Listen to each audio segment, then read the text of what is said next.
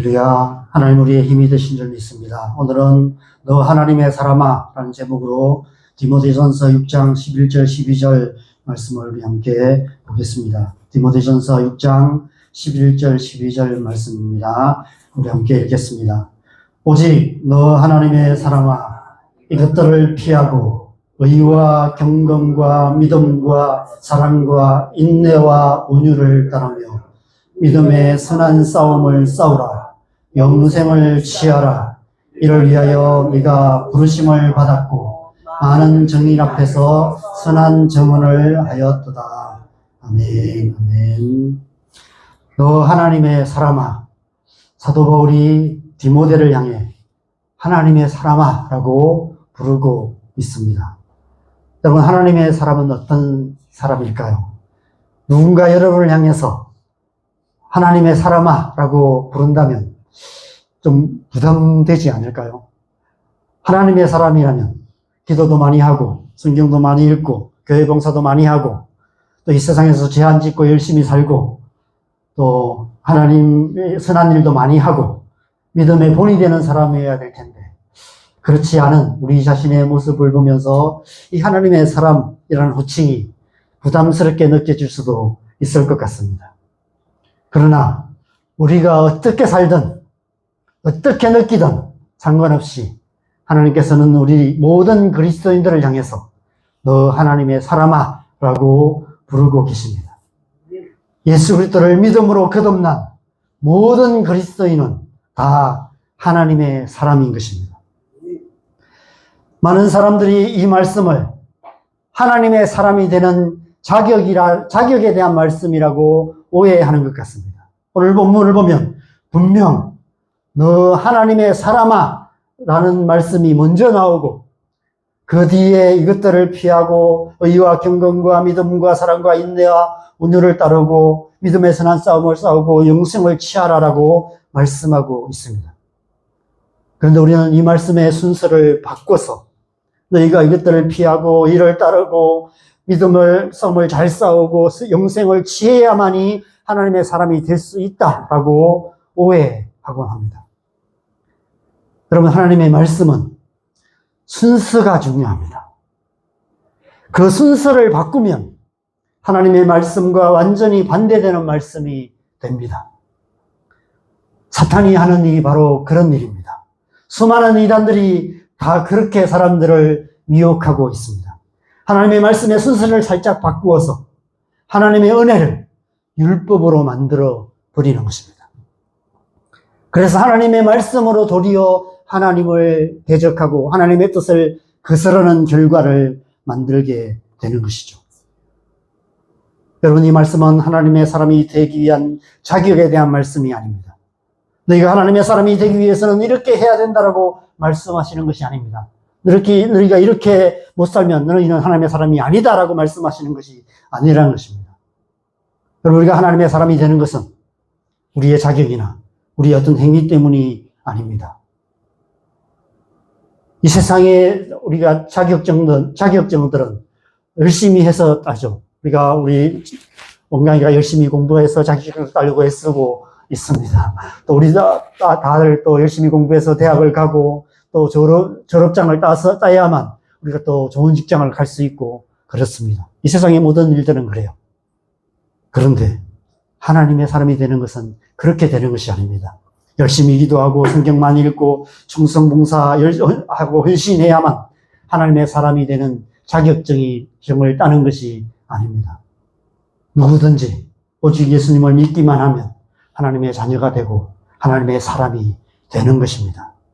그 은혜에 의하여 믿음으로 말미암아 하나님께서 우리에게 하나님의 사람이라는 선물을 주시는 것입니다. 그러므로 이 말씀은 하나님의 사람이 되는 자격을 말씀하시는 것이 아니라 이미 하나님의 사람이 된 우리가 어떻게 살아야 되는지 하나님의 사람답게 사는 법에 대해서 말씀하시는 것입니다. 너 하나님의 사람아 라는 이 하나님의 부르심은 아무 자격 조건을 제시하지 않는 하나님의 무조건적인 부르심입니다. 극단적으로 말하면 우리가 아무리 개판으로 살아도 우리는 여전히 하나님의 사람이라는 것입니다. 여러분, 왜 교회가 욕을 먹고 손가락질을 당하고 예수님의 이름이 모욕을 당할까요? 이미 하나님의 사람이 된 우리가 하나님의 사람답게 살지 못하기 때문입니다. 교회가 교회답지 못하기 때문입니다. 바로 저와 여러분이, 하나님의 사람인 저와 여러분이 하나님의 사람답게 살지 못하기 때문에 하나님의 이름에 먹칠을 하는 그런 결과를 낳고 있는 것이죠. 여러분, 우리가 잘 살아야 하는 이유는 하나님의 사람이 되기 위해서가 아니라 이미 하나님의 사람이 되었기 때문입니다. 하나님의 사람이기 때문에 하나님의 사람답게 살아가는 것이 마땅한 것입니다. 어떻게 살아야 할까요? 오늘 본문에서 하나님의 사람답게 사는 법을 4가지 명령형 동사로 명령하고 있습니다.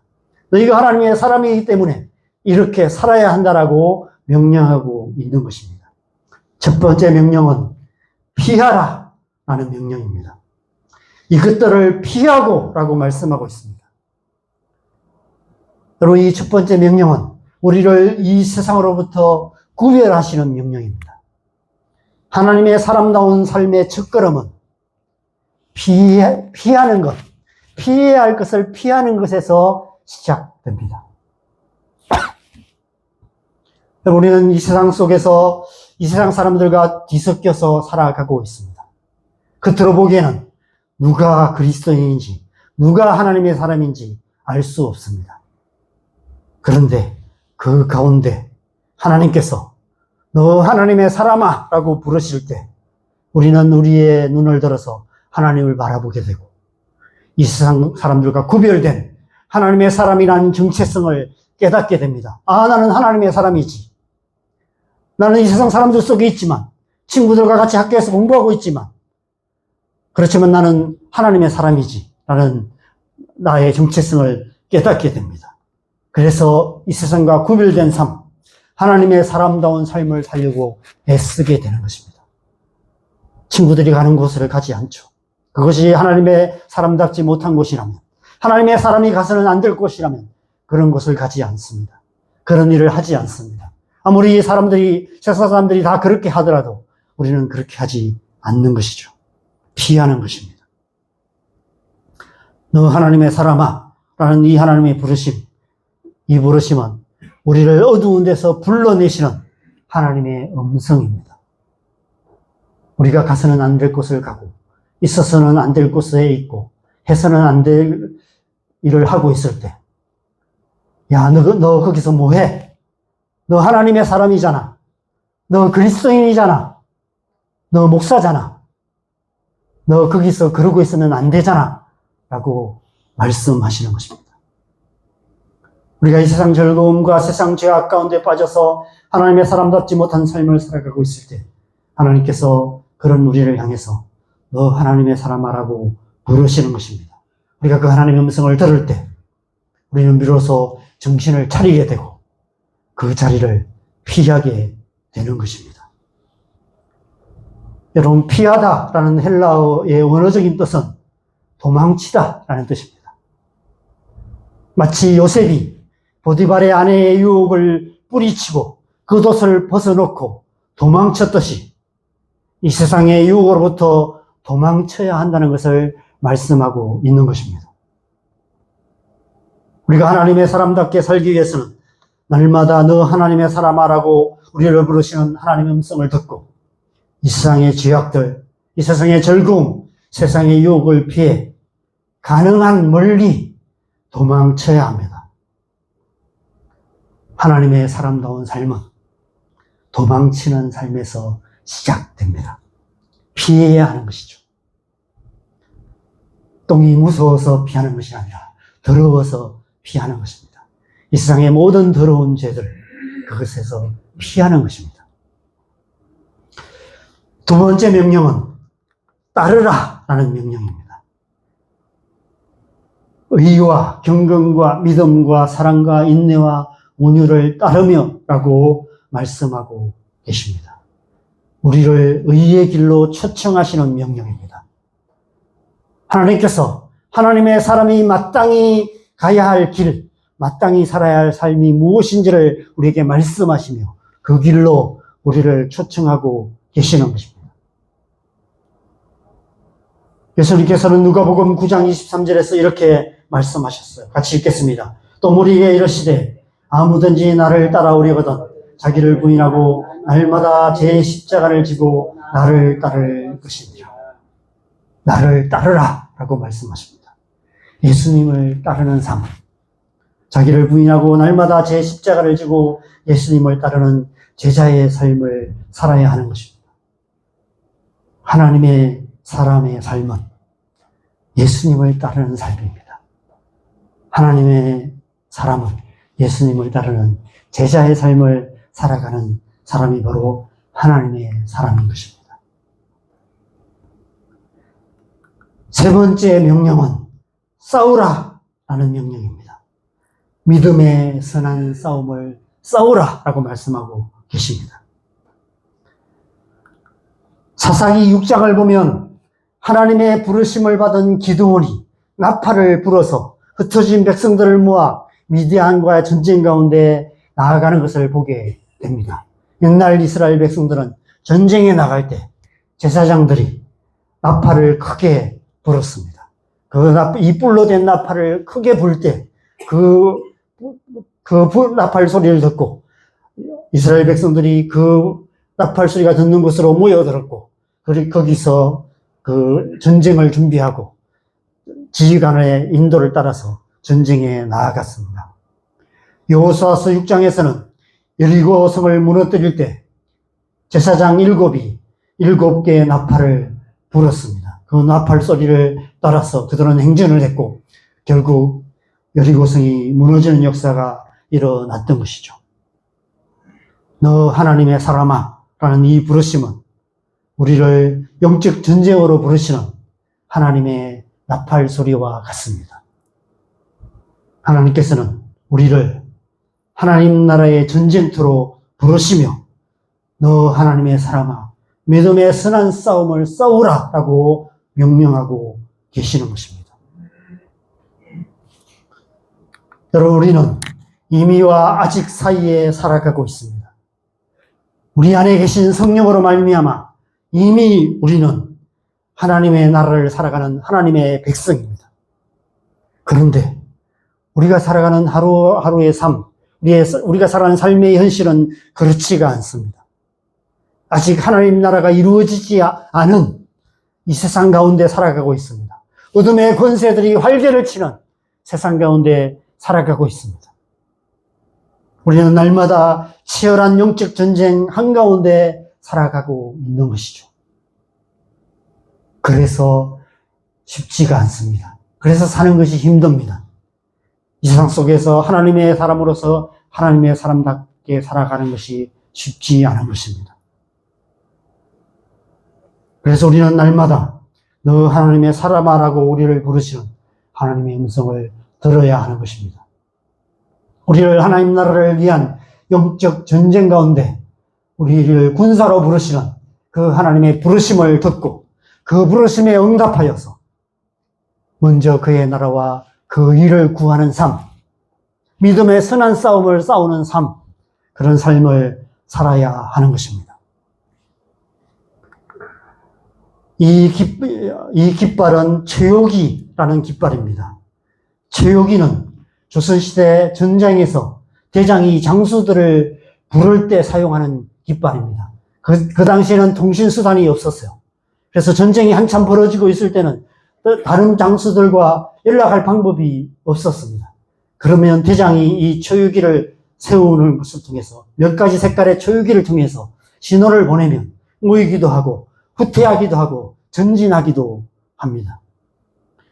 명량이라는 영화를 보면 명량해전에서 이순신 장군이 대장선에 초유기를 세우는 장면이 나옵니다. 왜 초유기를 세우냐면 이제 12척의 그 배를 가지고 300척이 넘는 배와 싸우는 그런 전쟁이 벌어졌습니다. 너무 많은 그 적군을 보고 많은 어떤 배의 지휘관들이 뒤로 물러섰어요. 그 물러서는 그 배를 향해서 대장이 이순신 장군이 처유기를 세웁니다. 그 처유기를 보고 다시 그 물러섰던 그 함선들이 다시 전진하여서 결국 그 전쟁에서 이기게 됩니다. 전쟁에서 뒤로 물러서는 병사들을 독려하여서 다시 힘을 내서 싸우라는 그런 의미로 처유기를 세우는 것입니다. 저는 너 하나님의 사람아 라는 이 부르심 또한 그런 의미가 아닐까 이런 생각이 듭니다. 나름대로 열심히 믿음의 싸움을 싸우다가 이 세상 가운데서 열심히 하나님의 백성답게 살려고 애쓰고 신앙생활을 잘하려고 애쓰다가 때로는 지치고 너무 힘들고 낙심하여서 뒤로 물러나 주저앉아 있는 하나님의 백성들을 향해서 하나님께서 너 하나님의 사람아 믿음의 선한 싸움을 싸우라라고 쓰여져 있는 이 처유기를 세우시는 것입니다. 그 부르심을 듣고 우리는 다시 일어나 하나님 나라를 향한 믿음의 선한 싸움을 싸워야 하는 것입니다. 여러분 혹시라도 여러분 가운데 낙심하거나 너무 힘들어서 또 여러 가지 육신적인 어려움들, 가정 환경의 어려움들, 여러 가지 삶의 어려움들 속에서 낙심하여 계신 분이 계십니까? 이전의 신앙을 다시 회복하기를 하나님이 원하시는 줄 믿습니다. 하나님께서 처유기를 높이 세우고 계시는 줄 믿습니다. 하나님께서 그 처유기를 높이 세우시는 것은 다시 힘을 내서 하나님 앞에 나아올 때 하나님께서 힘 주시고 다시 한번 이전의 신앙을 회복시켜 주시고 그래서 다시 한번 그때 그 신앙으로 하나님 나라를 향해서 힘있게 싸우게 하실 은혜를 주시기 위해서 하나님께서 이 처유기를 세우시는 줄 믿습니다. 오늘 이 예배 가운데 그 은혜가 충만한 그런 시간 될 줄을 믿습니다.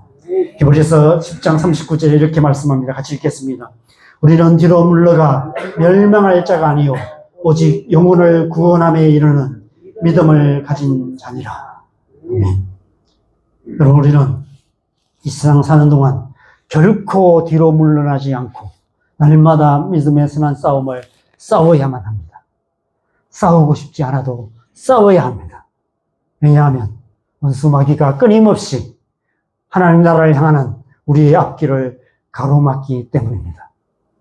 그래서 우리는 날마다 죄와 싸우되 피 흘리기까지 싸워야 하며 하나님의 전신갑주를 입고 통치자들과 권세들과 이 어둠의 세상 주관자들과 하늘에 있는 악의 영들에 맞서서 쉬지 않고 믿음의 싸움, 기도의 싸움을 싸워야 하는 것입니다. 날마다 기도로 하나님 나라를 이루어가는 영적 전쟁하는 삶을 살아야 하는 것입니다. 하나님의 사람다운 삶은 영적 전쟁하는 삶인 것입니다. 마지막 네 번째 명령은 취하라라는 명령입니다. 무엇을 취하라고 말씀합니까? 영생을 취하라라고 말씀합니다. 여러분 어떻게 영생을 취할 수 있습니까? 믿음으로입니다. 오직 믿음으로 우리는 영생을 취하는 것입니다. 여러분 취하라라는 이 헬라어의 뜻은 놓치지 말고 굳게 붙잡으라 이런 뜻입니다. 이미 붙잡고 있는 것, 이미 얻은 것, 그건 놓치지 말고 굳게 붙잡으라는 것입니다. 이미 얻은 구원, 이미 얻은 영생, 그것을 놓치지 말라는 것입니다. 그것은 구원을 잃어버리게 된다는 의미가 아닙니다. 영생을 잃어버릴 수도 있다는 그런 의미가 아닙니다. 구원받은 하나님의 사람으로서 이미 영생을 얻은 자로서 끝까지 믿음의 삶을 살아야 한다는 그런 의미인 것이죠. 이 세상에서 우리의 삶이 다하는 그날까지 믿음의 선한 싸움을 싸워서 영생을 굳게 붙들고 살아가는 하나님의 사람이 되어야 된다라고 말씀하고 있는 것입니다. 지금까지 열심히 신앙생활 잘해왔다면 우리의 남은 날들도 끝까지 신앙생활 잘해야 한다라는 의미로 영생을 취하라라고 말씀하고 있는 것입니다. 올 한 해도 이제 2주밖에 안 남았는데 끝까지 믿음 생활 잘 하라라는 의미로 영생을 취하라라고 말씀하고 있는 것입니다. 하나님의 사람으로서 끝까지 믿음의 삶을 잘 살아야 한다는 것입니다. 그래서 하나님께서 이 시간 저와 여러분을 향해서 너 하나님의 사람아라고 부르고 계시는 것입니다. 이 세상의 죄악들을 피하고 하나님의 뜻을 따르며 믿음의 선한 싸움을 싸워서 영생을 굳게 붙잡고 살아가라라고 명령하고 계시는 것입니다. 이 명령을 따라서 우리는 날마다 하나님의 사람답게 살아야 하는 것입니다. 하나님의 이름을 욕되게 만드는 삶을 살지 않고 하나님의 이름에 영광을 돌리는 삶을 살아가는 하나님의 사람이 되어야 하는 것입니다. 신앙생활은 그렇게 살아가는 것이고 또 그렇게 살아갈 수 있는 하나님의 사람이 되어가는 과정입니다. 지난주에 속속들이 좋은 사람이란 제목으로 영적인 성장, 영적인 성숙에 대한 말씀을 간단하게 나누었습니다. 날마다 온전한 하나님의 사람으로 성장하고 성숙해 가는 것, 그것이 신앙생활입니다. 그런데 여러분, 성장과 성숙의 차이가 무엇인지 아십니까? 성장이 무엇인지는 우리가 잘 아는 것 같습니다. 성장은 말 그대로 자라가는 것이죠. 점점 더 키가 자라가고 그래서 점점 더 우리가 온전한 사람이 되어가는 그런 과정, 그것이 성장입니다. 그렇다면 성숙은 무엇일까요? 성숙은 익어가는 것입니다. 곡식이나 과일이 한여름에 무럭무럭 성장합니다. 그러다가 가을이 되면 이제 더 이상 성장은 멈춰요. 더 이상 성장하지 않습니다. 사람도 마찬가지죠. 키가 자라요. 그러다가 어느 순간부터 더 이상 이제 키는 자라지 않습니다. 그런데 그때부터는 이제 성숙해 가는 것이죠. 가을에 열매나 곡식이 빨갛게, 노랗게 익어가는 것입니다. 알이 여물어 가고 또 맛이 들어가는 것이죠. 그것이 성숙입니다. 신앙생활도 마찬가지예요. 신앙생활 가운데도 성장하는 시간이 있습니다. 믿음이 자라가는 시간이에요. 하나님을 더 알아가고요. 우리의 신앙이 더 자라가는 그런 시간이 있습니다. 성경에 대한 지식도 더 많이 알게 되고요. 기도하면 응답도 받고요. 하나님의 살아계신 분이라는 믿음이 점점 더 우리 안에 자라가는 시간이 있습니다. 그런데 성숙의 시간이 또 있습니다. 자, 다음 주에 성장과 성숙에 대한 이야기들을 좀 더 자세하게 나누려고 합니다. 신앙에서 성장은 믿음의 영역입니다. 믿음이 자라가는 거예요. 믿음이 자라가서 점점 더 정말 하나님이 살아계신 분이라는 것을 흔들리지 않는 믿음에 이르게 되는 것. 보이지 않는 하나님을 보는 것처럼 믿는 그런 믿음에 이르도록 우리는 날마다 우리의 믿음이 자라가야 하는 것입니다. 지난주 에베소서 4장 15절에서 말씀하시는 것처럼 사랑 안에서 참된 것을 하여 범사에 그에게까지 자라나야 하는 것입니다. 그것이 성장입니다. 그래서 우리가 신앙생활을 하면 할수록 그리스도인답게 성장해 가야 되는 것이죠.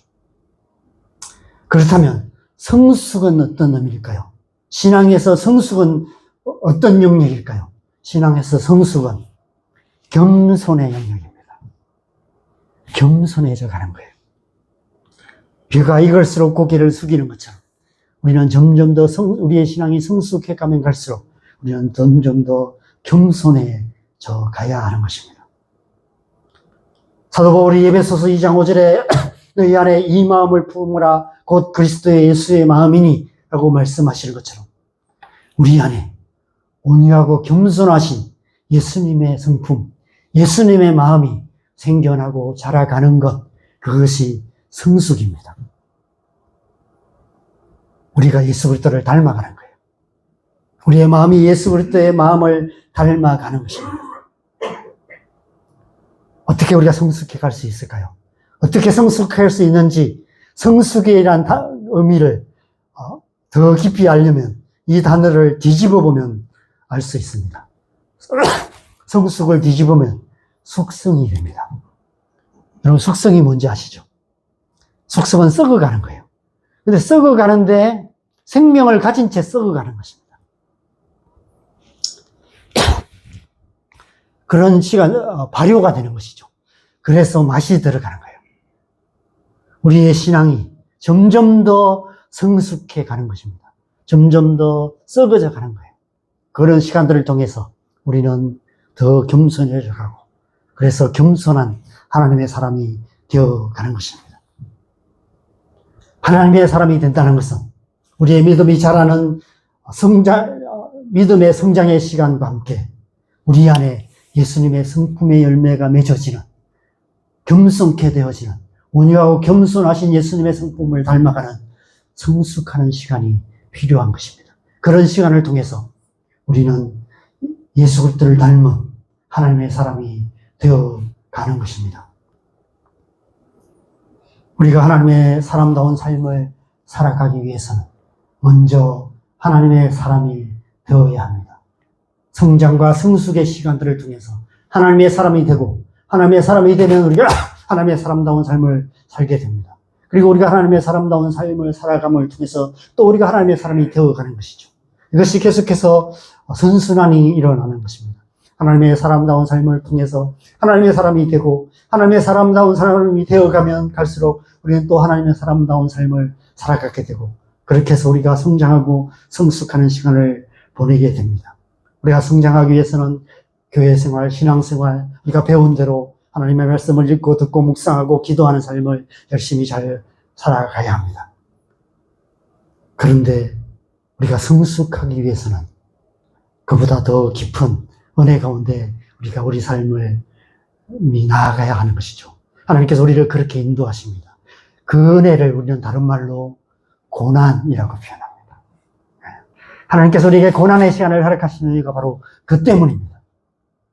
고난을 통과해 갈 때, 그 고난의 시간을 통해서 우리가 생명을 가진 채 썩어가는 그런 시간들을 통해서 우리는 성숙한 하나님의 사람이 되어갈 수 있기 때문입니다.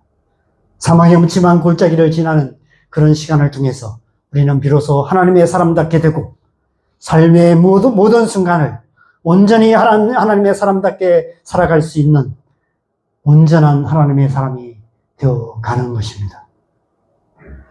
한 해를 마무리하는 시점에 와 있습니다. 이제 한 주밖에 안 남았습니다. 제가 나이가 들어가면 갈수록 앞자리가 6자로 바뀌고 이런 세대가 되니까 옛날에 어르신들이 세월이 화살처럼 빠르다라는 말이 어떤 의미인지가 더 실감이 납니다. 올 한 해는 어떻게 지났는지 모르겠어요. 그래서 그냥 몇 번 눈 감았다 뜨는데 병원 몇 번 왔다 갔다 했는데 한 해가 확 지나가 버린 것 같습니다. 이런 질문을 해보게 됩니다. 지난 한 해 나의 믿음은 얼마나 성장했을까? 지난 한 해 내 안에 예수님의 마음, 겸손한 마음은 얼마나 더 깊어졌을까? 이런 질문을 해보게 됩니다. 한 해를 마무리하고 새해를 준비하는 이 시점에 우리 스스로가 이 질문을 해보셨으면 좋겠습니다. 나는 지금 하나님의 사람답게 성장하고 성숙해가고 있는가? 이 시간 하나님께서 저와 여러분을 향해서 너 하나님의 사람아 라고 부르고 계십니다. 저와 여러분 모두가 날마다 영적으로 성장하고 성숙해가는 그런 신앙생활을 통해서 이 하나님의 부르심에 부끄러움 없이 응답할 수 있는 하나님의 사람 되시기를 바랍니다. 지난 한 해 그렇게 살아왔다면 또 새롭게 다가오는 2026년은 날마다 하나님 앞에 성장하고 성숙해가는 그런 한 해가 되셨으면 좋겠습니다. 그 은혜가 충만한 그런 연말 되시기를 주님의 이름으로 간절히 축원합니다. 우리 함께 찬양하고 기도합니다.